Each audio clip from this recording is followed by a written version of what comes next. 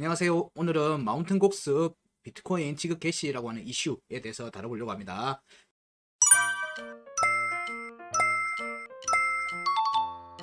현재 마운틴 곡스 비트코인 지급이 3월 10일부터 신청을 받고 진행을 하는데, 이 부분들이 비트코인 가격에 타격을 줄까라고 하는 내용들이 지속적으로 이슈화 되고는 있습니다. 이 부분이 좀 오래된 떡밥인데요. 이 부분에 대해서 좀 얘기를 나눠보도록 하겠습니다. 비트코인 시장에는 지난 2014년 이후 지금까지 그 10년 정도를 계속 우려 내려오는 잠재적 악재가 있습니다. 바로 암호화폐 거래소 마운틴곡스 파산 이슈인데요. 해킹으로 파산한 암호화폐 거래소 마운틴곡스의 변제가 3월 10일부터 시작된다는 기사가 나왔습니다. 비트코인만 보더라도 약 14만 개가 풀리게 됩니다. 해당 기사를 보면요. 마운틴곡스 로건 체인에 따르면 마운틴곡스의 3월 10일부터 채권자 변제가 시작되고 대략 30억 달러 규모의 비트코인이 언락이 됩니다. 이 부분들이 진행되고요. 마운틴곡스의 암호화폐 출금을 중단한 2월 7일 BTC 가격이 800달러 됐는데, 그때 당시에 대부분 가격들이 400에서 800달러 사이입니다. 대략 엄청난 지금 현재 수익을 확보한 상태가 되는 거죠. 지금 이번에 받는 채권자들 경우에는. 오늘은 이 마운틴곡스의 이슈와 시장에 미칠 영향에 대해서 좀 얘기를 나눠보려고 합니다. 해당 이슈는 많은 사람들이 알고 계실 거라 생각해서 간단하게 얘기 드리면, 마운틴곡스 거래소에 대해서 먼저 말씀을 드리면, 마운틴곡스 거래소 같은 경우는 온라인 카드 게임 플랫폼이었던 마운틴곡스가 2010년 코인과 법정화폐 플랫폼으로 전환하게 되면서 2011년에 일본에 거주하는 프랑스 개발자 마크 카펠레스에게 매각이 됩니다. 이때 등장하는 인물들이 크게 3명이 있는데요. 제드 맥켈럽은 리플의 창업자 중에 공동 창업자이고, 그리고 현 스텔라 루멘의 창업자입니다. 그리고 이 제드 맥켈럽 같은 경우는 그 전부터도 유명했던 개발자이기도 하고요. P2P 거래 사이트에 있던 당나귀 이동키라고 하는 개발자입니다. 이 제드 맥켈럽이 마운틴 곡스를 마크 카펠레스에게 넘기게 되고요. 그렇게 되면서 마운틴 곡스 거래소는 많은 거래량을 일으키며 세계 최대 비트코인 거래소로 올라서게 됩니다. 지난 한 3년간 마운틴곡스 운영하면서 최대의 비트코인 거래소로 성장시켰죠. 마크 카펠레스 같은 경우에는 마운틴곡스 사태를 겪고 난 뒤에 여기에 대한 데이터를 조작을 했다는 형으로 일본에서 직접 살기도 했습니다. 마크 카펠레스는 지금 지캐시의 초기 투자자이기도 합니다. 이렇게 지금 현재 암호화폐 비즈니스의 중요한 역할들을 각각 차지하고 있습니다. 여기에 또 다른 한 명 있는데 제시 파월이라고, 이분은 마운틴곡스에서 나와서 크라켄을 창업하게 됩니다. 그래서 지금 이번에 지급되는 거래소에 보면은 크라켄도 들어가 있고 비트스탬프도 들어있고 여러 거래소가 채권자한테 비트코인을 지급해주는 존재로 등록이 되어 있습니다. 이런 비트코인의 역사에 있어서 중요한 고비에 마운틴곡스가 있었습니다. 이 부분 아시고 보시면 조금 더 재밌는 내용들로 이어갈 수 있습니다. 마운틴곡스는 설립 당시에 비트코인 거래소가 전무했던 상황과 비트코인의 성장이 함께 하면서 전 세계 비트코인 거래소 내 거래량의 70% 이상을 차지하는 초대형 거래소로 성장하게 됩니다. 그때 당시의 거래량을 살펴보면요. 당시에 운영 중이던 BTC 차이나, 마운틴곡스, 비트스탬프들 중에서 마운틴곡스가 압도적인 거래량을 보여주고 있습니다. 이 정도로 글로벌 전 세계 최고의 거래량을 확보하고 있는 최대 거래소였던 상태였죠. 하지만 이런 너무 빠른 성장을 했던 탓인지 해커들의 주목을 받았고요. 마운틴곡스는 2011년부터 크고 작은 공격을 많이 받았습니다. 마운틴곡스의 해킹 사건은 중요한 내용들입니다. 그런 부분들이 마운틴곡스가 자사 보유하고 있는 10만 비트코인 10만 개를 포함해서 약 85만 개의 비트코인을 해킹을 당하게 되는 사건이 일어나게 됩니다. 어마어마한 사건이 일어나게 되죠. 당시 우리나라 돈으로 하나 약 4천억 원대에 관련돼 있는, 당시 우리나라 돈으로 하나 약 4천억 원대의 도난 사건이었습니다. 이때 비트코인의 도난 사건, 해킹에 의한 도난 사건에서 문제가 좀 됐는데, 이때 수습하는 과정에서 문제가 생긴 게, 대표의 CEO였던 마크 카펠리스가 거래소의 내부적인 시스템 결함이 아니라 비트코인 기반인 블록체인 자체의 기술적인 결함 때문이라고 주장을 해버렸어요. 그래서 이 내용들 때문에 시장에서는 블록체인이 기술적 결함을 가지고 있는 것처럼 인식이 돼서 비트코인은 가격이 어마어마하게 폭락되는 사태로 이어지게 됩니다. 1년 동안 약 80% 이상의 가격 하락을 겪게 되는데요. 당시의 차트를 잠시 보면요. 어마어마한 가격의 하락을 보여주고 있습니다. 이러한 사태가 일어났었죠. 이런 이 사건으로 하루아침에 비트코인을 잃은 피해자들은 당연히 보상을 요구했고요. 조사 과정에서 다행히 20만 개 정도의 비트코인을 찾게 되고, 자, 이때부터 길고 긴 보상 절차가 시작이 됩니다. 마운틴 곡스의 본사는 일본에 있었기 때문에 일본에서 법률적 논쟁이 펼쳐지면서 법정 다툼을 벌이게 됩니다. 그 중에 찾았던 비트코인 중에서 35,800개 정도는 채권자 상환을 위해서 판매를 했고요. 법정 화폐로 판매를 했습니다. 그 이후 지속적으로 파산 절차가 진행이 되어 왔는데, 이때 2017년 갑자기 상황이 급변하게 됩니다. 비트코인의 가격이 엄청난 상승을 보이게 되는데요. 이때의 또 차트를 안 볼 수가 없죠. 이때의 차트를 보면요, 어마어마한 상승을 2017년도에 보여주게 됩니다. 이로 인해서 마운틴 곡스 회생 절차를 거치는 과정에서 파산 절차를 거치는 와중에 강제로 존버당했던, 왜냐하면 출금이 금지됐거든요. 그래서 강제 존버당했던 피해자들은 당연히 사건 당시의 가격의 법정화폐로 원래 상환받는 파산 절차 얘기가 나오고 있었는데, 마운틴 곡스의 파산 절차는 당시에는 법정화폐로 상환을 얘기하고 있었습니다. 근데 가격이 엄청나게 상승을 하면서 비트코인으로 보상을 받는 회생 절차로 진행이 되기 시작했습니다. 그리고 그 비트코인을 회생 절차로 돌려받는 판결이 채권자 투표를 통과를 했습니다. 그게 바로 2021년도 이야기입니다. 마운틴 곡스의 배상안이 채권단 투표를 통과하고 당시 보유했던 수량을 기준으로 배상하는 걸로 확정이 되었습니다. 그렇게 동의가 됐고 투표 진행해서 확정 판결이 되었습니다. 그래서 일본 법원은 이를 승인했고 마운틴 곡스의 회생 개시 결정을 내리게 됩니다. 앞서 언급했던 대로 배포될 마운틴 곡스의 14만 개 비트코인은 매년마다 악재로, 오래된 떡밥처럼 악재 요소로 작용되어 왔습니다. 일단 돌려받기로 했으니까 이 돌려받는 비트코인이 그럼 시장이 풀리면 어떻게 될 것인가, 에 대한 내용들이 지속적으로 하락에 관련된 모티브로 계속 제공되었습니다. 그리고 지금 드디어 배포가 되는 시점이 발표가 됐고 본격적으로 상환이 시작될 예정입니다. 곧 오는 3월 12일부터 비트코인 지불금 수령이 시작됩니다. 그리고 요청을 10일까지 해야지 되는 상황입니다. 그렇다면 14만 개 정도에 달하는 마운틴 곡스의 비트코인은 과연 시장에 악재 리스크로 작용할지, 이 부분이 이제 중요한 이슈가 되는 겁니다. 10일까지 상환 청구해야지 자금 회수를 받을 수가 있습니다. 이 부분에 대한 또 다시 얘기 드릴게요. 그래서 시장에서는 이 얘기가 지속적으로 나오게 됩니다. 마운틴 곡스의 채권자 변제가 개시되는데 비트코인 가격에 타격을 줄 것인가 안 줄 것인가, 여기에 대한 의견이 분분하게 나뉩니다. 나뉘고 매도 관점에서 보는 분들은 우선 보상을 받으면 무조건 팔 것이다 라는 주장을 하고 있습니다. 왜냐하면 강제로 버티는 동안에 가격이 어마어마하게 올랐거든요. 그래서 그때 당시의 가격은 400에서 500달러 정도였는데 지금은 2만 달러가 넘었으니까 50배 이상의 이미 수익이 난 상태예요. 수익이 확정되어 있는 상태죠. 이거 실현을 할 거다 라고 하는 얘기하는 측은 비트코인의 이 14만 개 정도 되는 물량이 시장에 지속적으로 나오게 될 것이다 라고 하는 내용들입니다. 그래서 그에 따른 선반응이 지금 현재 비트코인의 가격 하락에 중요한 요소가 되는 게 아니냐라고 하는 의견이고요.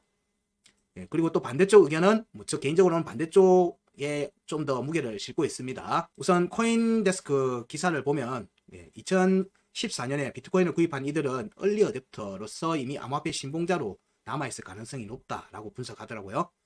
그때 당시에 비트코인을 이미 거래하고 알는 정도면은 확실한 얼리 어댑터는 맞는 것 같습니다. 그래서 이들이 그동안의 존버 기간 동안 68,000달러까지 올라가는 것을 봤는데 그들이 과연 지금 2만 달러 가격에서 팔고 싶어 할지 의문이라는 거죠. 그리고 3월 10일부터 진행되는, 그리고 9월 30일까지 상환 기간과 거래소마다 다른 상환 처리 방식으로 인해 갖고 지연이 여러 차례 일어날 것 같은데, 이런 부분들이 비트고 경우에는 최대 20일, 크라켄 거래소 같은 경우 최대 90일 정도가 소요된다고 밝히고 있습니다. 이런 이유로 사람들이 우려하는 14만 개의 비트코인이 한꺼번에 풀리는 매도 폭탄급의 파장의 가능성은 낮다고 보는 거죠. 그래서 시장에 출시되는 물량이 생각보다 작을 거라는 거죠. 그리고 많은 얼리 어댑터가 여전히 암호화폐를 신봉하고 있기 때문에 현재 가격에 굳이 매도 물결에 같이 올라타지는 않을 거라고 보는 겁니다. 이와 함께 살펴본 부분이 마운틴 곡스의 최대 채권단 구성, 최대 채권단 중에서 마운틴 곡스의 최대 채권자라고 표시되어 있지만 마운틴 곡스의 최대 채권자는 뉴질랜드 소재의 지금 없어진 거래소가 하나 있고 그 다음에 마운틴 곡스 인베스트먼트 펀드입니다. 그들이 그 최대 채권자입니다. 이들이 9월 달에 해소할 예정인 비트코인도 매도를 안 할 계획이라고 이렇게 지속적으로 밝히고 있어요. 그러면은 시장에서는 이 14만 개가 다 개인이 가지고 있는 걸로 생각을 하는 경우가 많더라고요. 근데 이 마운틴 곡스의 이 채권은 사실상 펀드가 소유하고 있는 경우가 많습니다. 그리고 여기에 이해 당사자였던 법인들이 소유하고 있는 게 많죠. 그들이 마운틴 곡스의 최대 채권자인 겁니다. 그럼 마운틴 곡스의 최대 채권자들이 가면 누구냐는 거예요. 마운틴 곡스의 최대 채권자들은 뉴질랜드 기반의 암호화폐 거래소였던 비트코니카, 비트코니카도 지금 해킹 소속에 걸려 있으면서 이들도 여기 마운틴 곡스의 소유권을 주장하고 있는 거죠. 그리고 마운틴 곡스 인베스트먼트 펀드라고 하는 MGIF, 이들이 이 마운틴 곡스의 소유권의 5분의 1을 차지합니다. 이들이 수집 가능한 자금의 해킹 당시 플랫폼에 잠겼던 물량의 90%를 청구를 받는 겁니다. 그 물량이 대략 14만 개 정도 된다는 얘기죠. 근데 이들이 중요한 거는 이들이 시장의 우려를 충분히 이해하고 있다는 얘기입니다. 이들이 시장의 불안감을 충분히 알고 있기 때문에 법정화폐가 아니라 암호화폐로 지불금을 받기로 결정을 한 겁니다. 암호화폐로 지불금 받기로 함으로 해서 이들이 법정화폐로 지불금을 받기로 했으면 파산 감독 수탁자는 해당 암호화폐를 법정화폐로 바꾸기 위해서 시장에 매도를 했을 겁니다. 근데 채권단층은 시장이 가지는 일단 불안감을 해소하기 위해서 이러한 선택을 한 것으로 밝히고 있고요. 마운틴 곡스 파산을 둘러싼 소송이 아직 완전히 끝난 게 아니거든요. 추가로 이어지는 소송들이 5년에서 9년 정도 더 걸릴 수 있다고 봅니다. 이때의 움직임을 보면 이 두 거대 채권단이 청구하는 내용들이 대략의 전체 90%를 처리하는 효과가 있기 때문에 이후 마운틴 곡스를 둘러싼 불확실성을 상당 부분 제거하는 효과도 있는 것으로 나타나고 있습니다. 그리고 이 부분에서 재밌는 부분들이 또 있는데요. 마운틴 곡스의 채권단들 중에 포트리스라고 하는 이름이 나오기 시작하더라고요. 이건 저도 찾다가 저도 알게 된 내용입니다. 포트리스가 나오는데요. 이 포트리스도 투자 펀드입니다.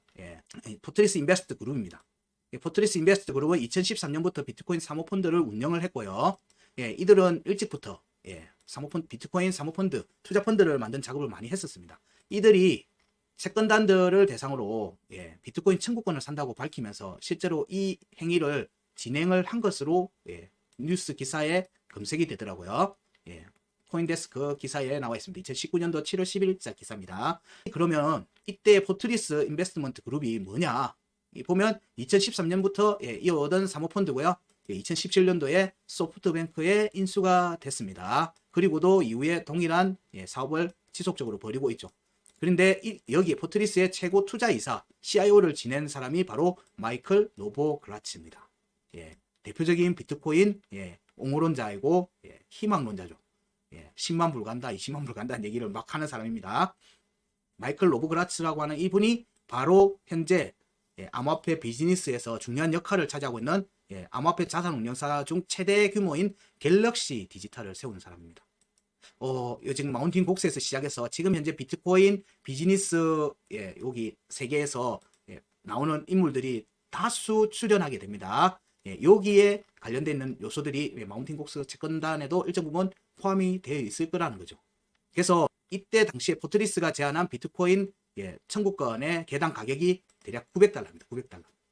거의 뭐 땅 짓고 헤엄치기 수준의 제안을 했습니다. 이게 450달러 당시에 해킹 당했을 때 금액이 대략 400에서 450달러니까 이 금액에 곱하기 2 해서 900달러에 팔라고 제안을 했답니다. 그리고 기사에 보면 실제로 판 사람도 있답니다. 근데 그게 포트리스인지 아닌지는 알 수는 없지만 그러면 포트리스 말고도 이렇게 당시에 청구권을 매수하기 위한 작업들이 펼치는 뒤에 움직임이 있었다는 것을 알 수 있습니다.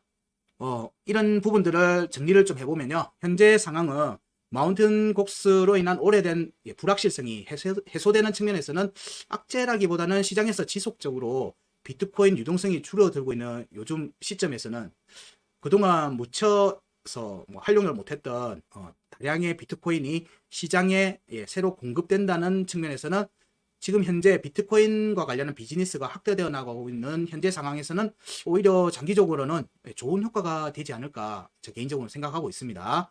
2017년에서 2021년 시기 때와는 달리 현재 지속적으로 늘어나고 있는 비트코인 라이트닝 네트워크 같은 결제 비즈니스, 그리고 뭐 비트코인을 활용한 다양한 비즈니스 시장의 확대, 뭐 최근에는 비트코인을 활용한 NFT도 나오고 있습니다. 이런 비즈니스 시장의 확대에 있어서 일정량의 시장 순환 물량의 공급은 이런 다양한 비즈니스가 커져갈 수 있는 요소가 될 수도 있기 때문입니다. 그리고 최대 채권자들의 비트코인들의 물량이 굳이 거래소를 통한 매도를 거치지 않더라도 시장에 참여하려는 많은 기관들과 기업들의 뭐 이전이 가능하기 때문에 뭐 이전과는 상황이 많이 바뀐 측면도 있습니다. 그리고 그런 대규모 채권단 혹은 그런 펀드에서 이런 비트코인을 굳이 투자 매도나 이걸 통해서 자산 활용하는 것이 아니라 랜딩 같이 이런 비즈니스를 활용하는 기업들의 비트코인을 빌려주고 거기에 대한 이자를 받는 등의 비즈니스의 활용으로도 충분히 쓰일 수 있는 요소가 지금은 많이 드러나고 있기 때문에 이런 부분들을 생각하면 현재 마운틴 곡스의 비트코인 이렇게 신규로 나오는 부분들은 굳이 시장에 불안 요소만 주는 것은 아닌 거다라고 생각을 합니다. 그래서 지금 현재 비트코인의 그럼 가격은 뭐냐? 현재 비트코인 가격 이슈는 사실 지난 FTX 사태 이후로 여러 투자 기관들이 큰 손실을 받고 그에 따른 청산 물량들이 시장에 지속적으로 공급이 되고 이로 인한 가격 영향을 주는 게 더 크지 않는가라고 보고 있습니다. 그리고 이와 함께 지금 미 연준의 금리 인상에 따른 글로벌 경제 흐름 이런 부분들과 결을 같이 하고 있는 측면이 더 크다라고 보고 있습니다. 이상이 마운틴 곡스에서 오랫동안 내려오던 사골 같은 이슈 비트코인 마운틴 곡스의 비트코인 14만 개의 향방 여기에 대한 이슈에 대해서 알아봤습니다. 뭐 다음 시간에도 다양한 이슈와 관점으로 또 찾아뵙겠습니다. 지금 속보가 떴는데요. 마운틴 곡스의 등록 및 상환 기한이 다시 연기가 되었다는 기사가 떴습니다. 3월 9일 오전 현지 시간에 싱싱한 기사로 올라왔습니다. 10일 날로 이번 3월 10일 날 등록하고 하는 부분들로 마감일이었는데 그게 지금 4월 6일로 연기가 되었습니다. 법원의 승인을 얻어서 4월 6일로 연기되었습니다. 이게 마지막 연기일 수도 있다. 그래서 부득이한 사유가 없는 한 추가 기한 연장은 어렵다고 밝혔습니다. 그래서 회생 수탁자가 기본 상환기간, 조기 일시 상환기간, 중간 상환기간을 9월 30일까지로 돼 있었는데 이걸 10월 31일로 변경할 수 있도록 허가했습니다. 그래서 상환일은 4월 6일부터 10월 30일 사이에 이루어지게 된 것으로 대략 한 달 정도 연기가 된 걸로 이렇게 속보가 떴습니다. 네, 좋아요와 구독, 알림 설정은 아이언머니의 영상 제작에 큰 도움이 됩니다. 네, 시청해주셔서 감사합니다.